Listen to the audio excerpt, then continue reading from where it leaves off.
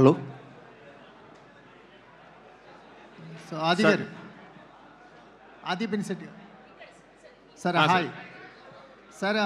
వైశాలికి 16 ఏళ్ళు పట్టింది. మళ్ళీ ఈ గ్యాప్లో ఏమీ కథలు తీసుకొని రాలేదా డైరెక్టర్ గారు? లేకపోతే ఎందుకు ఇంత గ్యాప్ వచ్చింది? అంటే సక్సెస్ఫుల్ కాంబినేషన్స్ రిపీట్ అవుతుంటాయి కదా, ఇంత ఇంత 16 ఇయర్స్ పడటానికి, అంటే శబ్దంతో రావడానికి కారణం ఏంటి? అంటే ఏ టైం లైన్ మేము ఎప్పుడు అనుకోలేదండి. వైశాలి తర్వాత ఒక 3-4 ఇయర్స్ తర్వాత నుంచి మేము కలిసి సినిమా చేయాలని చెప్పి మాట్లాడుకుంటూ ఉండేవాళ్ళం, స్క్రిప్ట్స్ డిస్కస్ చేస్తూ ఉండేవాళ్ళం. బట్ ఇలా కుదిరింది. మరి నెక్స్ట్ సినిమా 100% త్వరగా చేస్తాం. సో అంటే ఒక టెక్నికల్గా మాట్లాడుకుంటే కంజూరింగ్ లాంటి ఒక ఇంటర్నేషనల్ మూవీతో కంపేర్ చేస్తున్నారు. టెక్నికాలిటీస్ గురించి మాట్లాడుకుంటే మీరు క్రియేట్ చేసిన సౌండ్ కానీ, లేకపోతే అట్మాస్ఫియర్ కానీ, మూడ్ కానీ, వీటన్నిటినీ ఈ లెవెల్లో తీసుకురావడం అనేది మన బడ్జెట్స్లో చాలా కష్టం. సో ఆ టెక్నికాలిటీస్ మీద ఎంత వర్క్ చేశారు? అవి మాకెంత కొత్త ఎక్స్పీరియన్స్గా మారబోతున్నాయి? కరెక్ట్గా చెప్పారండి. అంటే మనం ఎప్పుడు ఒక సినిమాని టెక్నికల్గా చాలా బాగుంటే, విజువల్ కానీ, సౌండ్ కానీ, వెంటనే హాలీవుడ్ ఫిల్మ్తో కంపేర్ చేయడం అనేది సహజం. నేను చేస్తాను. బట్ మనం మర్చిపోయేది ఏంటంటే, వాళ్ళకున్న బడ్జెట్స్, మనకున్న బడ్జెట్స్ యూనో నేలకి ఆకాశానికి ఉన్నంత తేడా ఉంటుంది. సో ఈ బడ్జెట్లో వాళ్ళ ఒక క్వాలిటీని మనం రీచ్ అవ్వగలుగుతున్నా అంటే that's pure passion, hard work.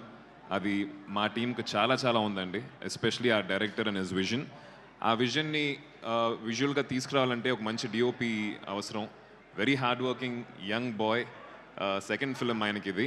And same editor Sabu garu, the entire team, I think they worked really hard to see what you're seeing today on the screen అండి. ఆది గారు హాయ్ అండి. హలో. అంటే శబ్దంకి సంబంధించి తమన్ బీజిఎం గురించి ఎక్కువ మంది చెప్తున్నారు, మీ టీం కానీ అందరూ. అంటే సౌండింగ్ ఎలా ఉండబోతుంది, స్కేరీ ఎలిమెంట్స్కి ఆయన ఇచ్చిన బీజిఎమ్స్ ఎలా ఉండబోతుంది? అంటే ఎవరైనా చాలా బాగుందని అంటామండి. బట్ మీరు సినిమా చూసిన తర్వాత 100% కాన్ఫిడెంట్గా చెప్తున్నాను, థియేటర్ నుంచి బయటకు వచ్చేటప్పుడు సౌండ్కి ఒక స్పెషల్ మెన్షన్ అనేది మీరు అందరూ అబ్జర్వ్ చేస్తారు, నోటీస్ చేస్తారు, దాన్ని మెన్షన్ కూడా చేస్తారు. దానికి మెయిన్ కారణం వచ్చేసి తమన్ ఆఫ్ కోర్స్. దాని తర్వాత మా ఉదయ్ కుమార్ గారు, సౌండ్ డిజైనర్, అండ్ సచిన్, వీళ్ళందరూ కలిసి నార్మల్గా ఒక ఫిల్మ్కి సౌండ్కి ఒక పని ఉంటుంది కదండి, దాన్ని ఇంటూ 10 times ఈ సినిమాగా చేశారు.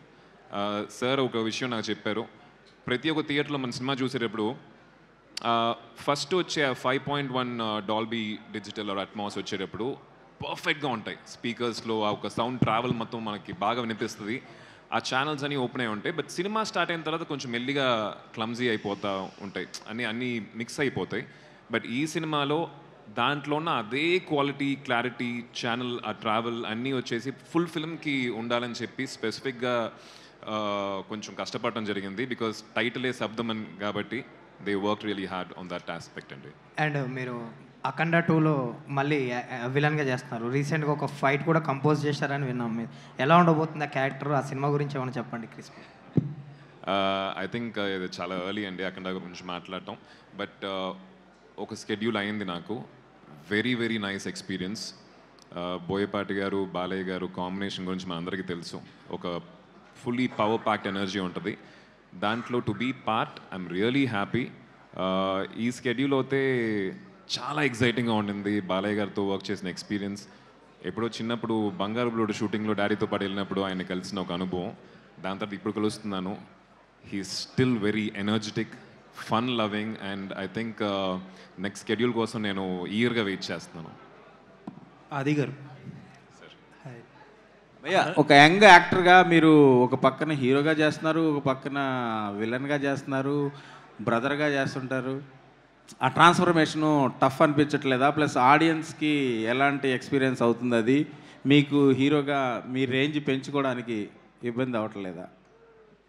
అంటే మనందరికీ వీల్ హ్యావ్ అ పర్స్పెక్టివ్ అండి, మనల్ని ఎలా చూసుకుంటున్నాం అని చెప్పి. నేను ఫస్ట్ నుంచి మృగం కావచ్చు, ఒక విచిత్రం కావచ్చు, ఒకవేళ నేను ఒక హీరోలాగా ప్రొజెక్ట్ చేసుకొని అవే చేయాలి అనుకుంటే నేను ప్రాబబ్లీ అలాంటి సినిమాలు చేసి ఉండేవాడిని కాదు. ఒక యాక్టర్గా డిఫరెంట్ షేడ్స్, డిఫరెంట్ రోల్స్ చేస్తే ఎవ్రీ డే షూటింగ్కి వెళ్ళేప్పుడు ఎగ్జైట్మెంట్ ఉంటుంది.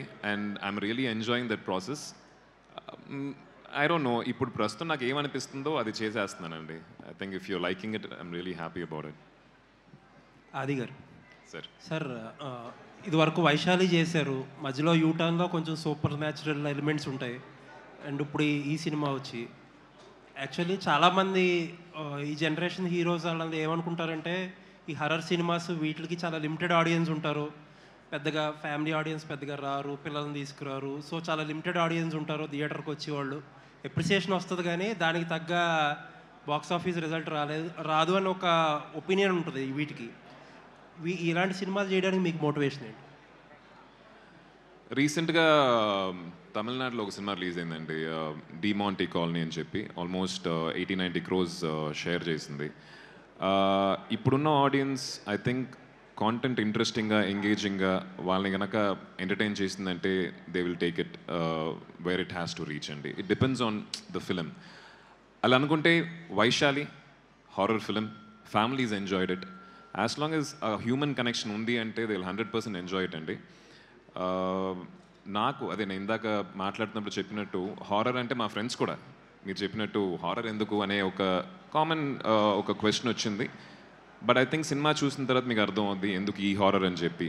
మేకింగ్ వాల్యూస్ కావచ్చు, పర్ఫార్మెన్స్ వాల్యూస్ కావచ్చు, ప్లస్ సినిమా చూసేప్పుడు ఇందాక నాని గారు చెప్పినట్టు ఒక చోట ఆయన యూనో కంట్లో నీళ్ళు వచ్చినాయని చెప్పారు. సో ఒక హారర్ ఫిల్మ్ మనల్ని అంత కనెక్ట్ చేస్తుందంటే ఐ థింక్ ఇట్స్ మన జానర్ని మర్చిపోయి ఇట్స్ అ గుడ్ ఫిల్మ్ అని చెప్పి చూడటం మొదలెడతాం.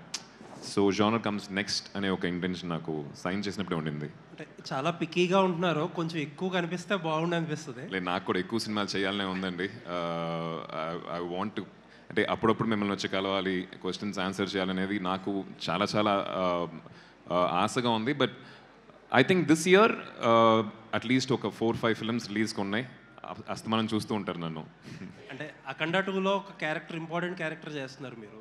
ఇప్పుడు లాస్ట్ మంత్ ఈ వీక్లో ఎర్లియర్ దిస్ వీక్ చావా అని ఒక సినిమా రిలీజ్ అయ్యి బాలీవుడ్లో మేజర్ పెద్ద హిట్ అయింది. అవునండి. హిందుత్వ మూడ్ అనేది ఒకటి ఉంది కంట్రీ మొత్తంలో.